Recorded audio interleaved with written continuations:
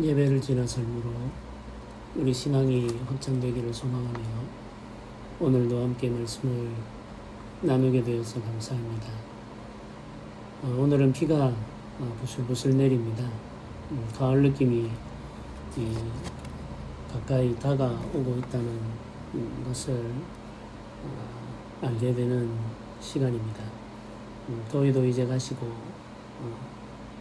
가을이 오면은 좀 더 시원하고 예배를 지나서 맑은 하늘을 볼 수 우리 신앙이 확장되기를 소망하며 9월이 되어서 오늘도 함께 구역문을 다시 시작하게 되어서 나누게 되어서 감사합니다. 말씀과 함께 구역 가족들과 오늘은 비가 복된 시간을 내립니다. 우리 구역들 가을 느낌이 가까이 이 가을에 우리가 처음 함께 살펴볼 말씀은 창세기 24장 되는 말씀입니다. 시간입니다. 1절부터 67절도 이제 가시고 성경 말씀이 좀 길죠. 가을이 오면 구역 가족들과 함께 성경 본문을 한 절 한 절 읽어가는 것만으로도 은혜가 될 것이라고 생각합니다. 이 말씀을 함께 읽으면서 하나님과 함께 교제하고 또 거니는 삶이 되기를 바랍니다. 12절부터 14절까지 말씀을 제가 읽어드리겠습니다. 그가 이르되 우리 주인 아브라함의 하나님 여호와여 원하건대 오늘 나에게 순조롭게 만나게 하사 내 주인 아브라함에게 은혜를 베푸시옵소서.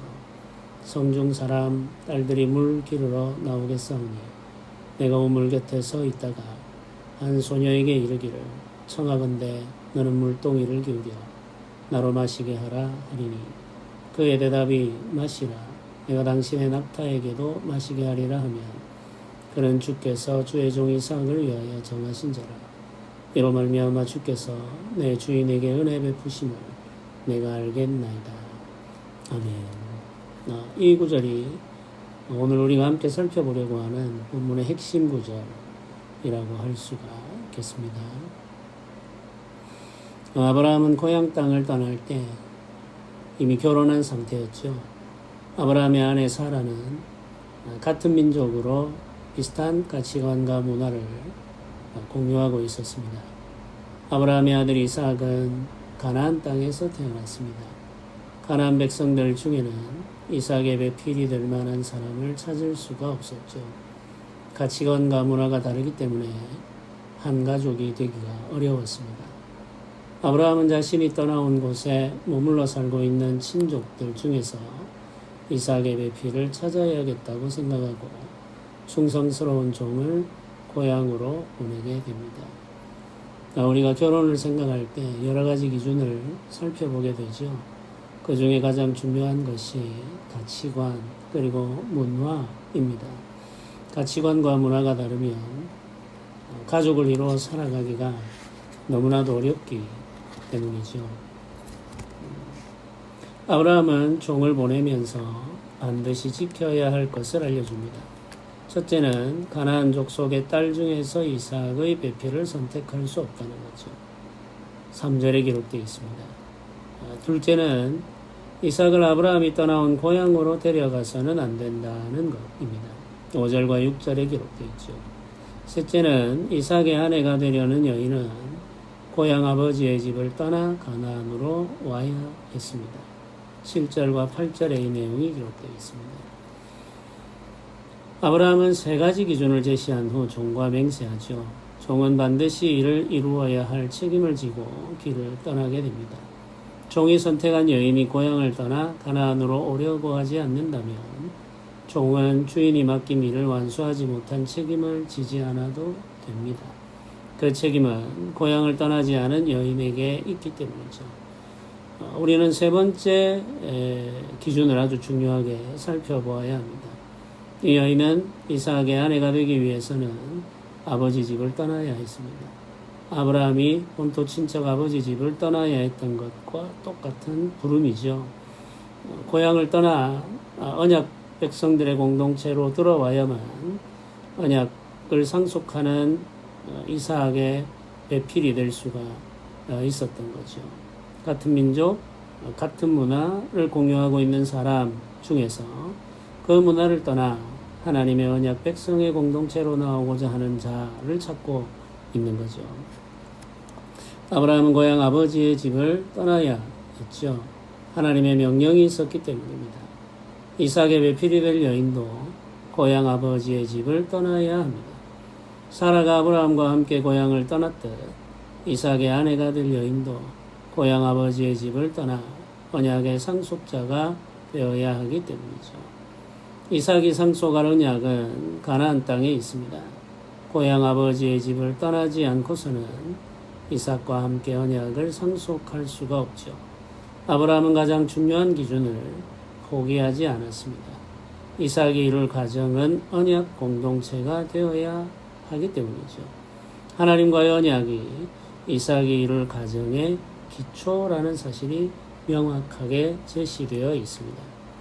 아브라함의 소유를 맡은 종은 지혜로운 사람이었습니다. 그의 주인 아브라함이 무엇을 중요하게 생각하는지 잘 알고 있었죠. 그는 주인의 고향 근처에 이르러 한 우물 곁에서 발길을 멈춥니다. 잠시 쉬면서 기도할 필요가 있었기 때문이죠. 종은 메소보다미아 나홀의 성박 한 우물 곁에서 조용히 하나님을 바라보며 기도합니다. 그는 하나님의 인도를 구하며 조심스럽게 이삭의 배필이 될 여인의 자격에 대해 생각했습니다. 그리고 자격을 갖춘 여인을 구별할 방법을 궁리하게 되죠. 종은 우물 곁에 머물러 있으면서 물 기르러 오는 여인들 중에서 이삭의 배필을 선택하기로 했습니다. 그가 사용한 방법은 단순합니다. 물 기르러 오는 여인들을 보고 있다가 물을 좀 달라고 청했을 때 기꺼이 물을 길어주고 자신의 낙타들에게도 물을 길어준다면 그 여인을 이삭의 배필로 선택하기로 했습니다. 13절과 14절에 기록되어 있죠. 종이 이런 방법을 사용한 이유가 있습니다. 종은 언약을 상속할 여인은 나그네를 대접하는 너그러움이 있어야 하며 나그네를 대접할 때 의무감 때문에 하는 것이 아니라 진심으로 즐거이 그 일을 감당해야 한다고 생각했던 거죠. 아브라함은 나그네 대접하는 일을 중요하게 생각했습니다. 나그네 대접하는 일을 환대라고 표현하죠. 아브라함은 나그네 대접하는 일을 하다가 소돔으로 가는 주의 천사를 만났던 적도 있습니다. 아브라함의 언약을 상속할 이삭은 나그네 대접하는 삶도 상속해야 한 거죠. 이삭의 아내가 해야 할 가장 중요한 일들 중 하나가 나그네 대접하는 일이었습니다. 종은 환대의 삶을 기준으로 이삭의 배필을 찾기로 하고 하나님의 도움을 구했습니다. 종은 적절한 기준을 가지고 지혜롭게 일하고 있었던 거죠. 종이 기도를 마친 직후 리브가가 물동이를 메고 나타났습니다. 종은 계획한 대로 리브가에게 물을 좀 달라고 부탁합니다. 그러자 리브가는 나이 많은 종을 주라고 부르며 급히 물을 길어 종을 대접합니다. 주라는 호칭은 상대를 극진히 높일 때 사용하는 말이죠. 리브가는 낯선 사람을 보고 그가 나이 많음을 알고는 주라고 불러 존중하는 마음을 표현했습니다. 낯선 사람을 이렇게 높이어 친절히 대하는 것은 쉬운 일이 아니죠. 나이 많은 어른을 존중하여 대하는 태도에서 리브가의 됨됨이가 드러납니다. 리브가는 지체하지 않았죠. 나그네를 돕는 일을 할 때 신속하게 행동하는 것은 그 일을 하는 마음의 상태를 드러내죠. 리브가는 즐거운 마음으로 나그네를 대접하고 있습니다. 억지로 하는 것이 아니라 즐거이 그 일을 하는 거죠. 나그네가 물을 충분히 마신 것을 확인한 후 리브가는 낙타들을 살펴보게 됩니다. 낙타들의 지친 모습을 본 리브가는 낙타들을 위해 물을 길어 먹이겠다고 말하죠. 리브가가 하는 말이 이렇습니다. 당신의 낙타를 위하여서도 물을 길어 그것들도 배불리 마시게 하리이다. 19절이죠. 낙타를 위해서 물을 기르는데 그 낙타들이 배불리 마시게 할 정도로 길어 올리겠다는 거죠. 기꺼이 수고를 감당하는 겁니다. 리브가는 물을 조금 길어 마시게 한 것이 아니라 배불리 마시게 했습니다. 넉넉히 베풀었다는 의미죠. 자원하는 마음이 아니면 할 수 없는 일입니다. 나그네를 대접하는 것만으로도 충분하다 생각할 수 있죠. 그런데 그의 낙타에게까지 마음을 쓰고 있습니다. 낙타들이 만족할 때까지 물을 길어 올렸으니 리브가는 평소보다 더 많은 일을 해야만 했던 거죠. 우리는 이런 섬김을 헌신이라고 말합니다. 기꺼이 수고를 감당하는 것이 헌신이죠. 종은 리브가가 하는 행동을 유심히 살펴보았습니다. 자신이 찾고 있는 여인이 분명했죠. 종은 리브가가 누구의 딸인지 확인한 후 진실로 하나님께서 인도하셨다고 확신하게 되었습니다. 리브가는 아브라함의 친족 중 한 사람의 딸이었기 때문이죠. 종은 리브가의 집에 가서 자신이 먼 길을 온 이유를 설명하며 준비한 선물을 내려놓습니다. 그러나 한 가지 과제가 남아 있었죠.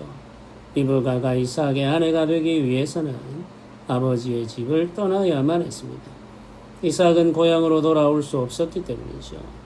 종은 이 사실을 말하며 마지막 테스트를 합니다. 고향 아버지의 집을 떠나 이삭이 살고 있는 곳으로 가면 언약의 상속자가 되지만 고향 아버지의 집에 머무르면 이삭과 함께 언약을 상속할 여인이 될 수가 없다는 사실을 알려줍니다. 이삭은 낯선 나그네를 따라 고향 아버지의 집을 리브가죠. 리브가는 낯선 나그네를 따라 고향 아버지의 집을 떠나기로 결심했습니다. 리브가는 믿음으로 결심한 거죠. 낯선 나그네가 제안한 것은 하나님이 주신 언약의 상속자가 되는 삶이었습니다. 복음으로의 초청입니다. 리브가는 그 순간 복음으로 초대받았다는 사실을 알았습니다. 복음으로 초대받은 사람은 믿음으로 반응해야 합니다. 지금 눈에 보이는 것은 아무것도 없지만 약속의 말을 믿고 나아가야 합니다. 리브가는 나그네가 하는 말을 믿고 고향 아버지의 집을 떠나기로 결심했습니다. 리브가는 복음의 초청을 받아들였고 믿음으로 발걸음을 옮겼습니다. 리브가는 머뭇거리지 않았죠. 가족들은 이별을 준비하기 위해 충분한 시간이 필요하다고 생각했지만 리브가는 나그네를 따라 즉시 떠나기로 결심했습니다. 이 결심의 내용이 56절과 58절에 기록됩니다. 그래서 가족들은 리브가를 축복하며 이렇게 말하죠. 59절 말씀입니다. 우리 누이여 너는 천만인의 어머니가 될지어다. 네 씨로 그 원수의 성문을 얻게 할지어다. 아멘. 리브가는 즉시 고향 아버지의 집을 떠났습니다.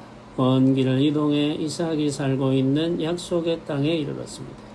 해가 저무는 시간, 땅과 하늘의 경계가 흐릿해지며 노을이 물드는 때죠. 이삭은 평소처럼 들판을 거닐며 하나님을 바라보고 있습니다. 아버지를 통해 들은 여호와의 말씀을 묵상하며 기도하는 일은 이삭의 일과 중 하나였던 거죠. 습관적으로 기도하며 거니는 이삭 앞에 한 무리의 사람이 나타났습니다. 그 중에 낯선 여인이 있었습니다. 여인이 낙타에서 내려 이삭을 봅니다.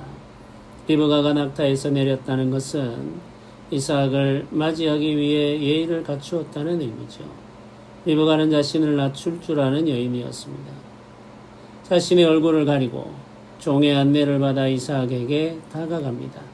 이삭은 리브가를 정중히 맞이한 후 그녀를 어머니 사라의 장막으로 안내했습니다. 사라가 가진 지위와 권한이 리브가의 것임을 확실히 보여준 거죠. 리브가는 이삭의 위로가 되었으며 평생의 동반자가 되었습니다. 이삭은 리브가를 맞이하면서 언약의 배필로 맞이했고 그 어머니가 머물던 장막으로 그녀를 안내하여 그 어머니가 가지고 있던 모든 것을 그녀가 상속하게 된다는 사실을 분명히 했습니다. 아브라함과 이삭이 함께하는 그 공동체 모든 사람들이 리브가가 어떤 존재인지를 알게 된 거죠. 우리 본문의 말씀을 가지고 함께 이야기를 나누어 보면 좋겠습니다. 첫 번째 우리 나눔 질문은 결혼은 약속에 기반하죠. 서로에 대한 헌신을 약속하고 시작하는 것이 가정입니다. 하나님의 백성들의 결혼은 서로의 약속보다 우선한 하나님과의 약속이 있습니다. 바로 언약이죠. 믿는 사람들의 가정은 언약에 근거합니다. 예수 그리스도의 십자가 언약이 가정의 기초입니다. 십자가 은혜로 용서받은 사람들이 가정을 이루어 살게 되죠. 용서받은 은혜를 아는 사람들은 용서하며 살 수 있습니다. 가정을 이루어 살기 위해서는 용서의 은혜가 필요합니다. 배우자를 용서하지 못해 힘들었던 순간이 있었다면 함께 이야기해 봅시다.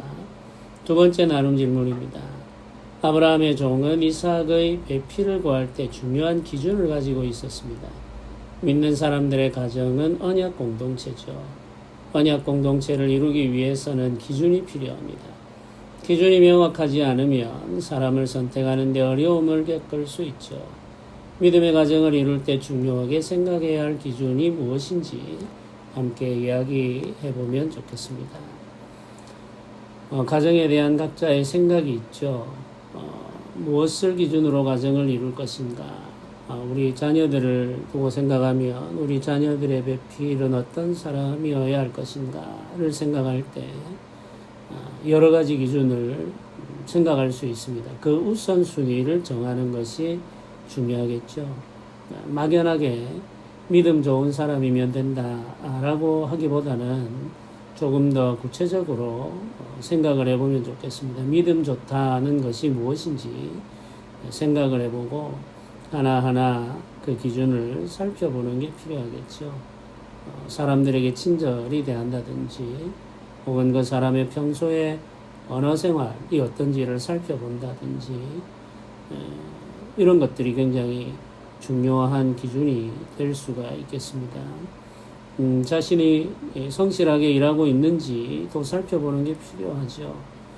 우리가 살아가는 데 있어서 성실함은 매우 중요한 성품이기 때문에 성실히 가족을 위해 일할 수 있는 사람인가도 살펴보아야 합니다. 헛된 꿈에 빠져서 세월을 낭비하고 있는 사람은 배필로서 적합하지가 않죠. 그런 면에서 우리는 여러 가지들을 기준을 가지고 이야기하면서 살펴볼 수가 있겠습니다. 우리 함께 기도합시다. 은혜로우신 하나님 감사합니다. 우리에게 은혜를 베푸시고 우리 발걸음을 인도하시니 감사합니다. 하나님의 은혜 안에서 가정을 이루게 하시니 감사합니다. 우리 가정에 하나님의 선한 뜻이 있음을 믿습니다. 우리를 인도하셔서 온전한 믿음의 가정을 이루게 하시고 예배하는 기쁨과 구원의 감격을 허락하여 주옵소서. 자녀들이 믿음의 가정을 이루게 하시기를 원합니다. 선한 마음을 가진 배필을 허락하시고 함께 예배하며 사는 복을 더하여 주옵소서. 예수님의 이름으로 기도드립니다. 아멘. 오늘도 복된 하루 되시기를 주님의 이름으로 축복합니다.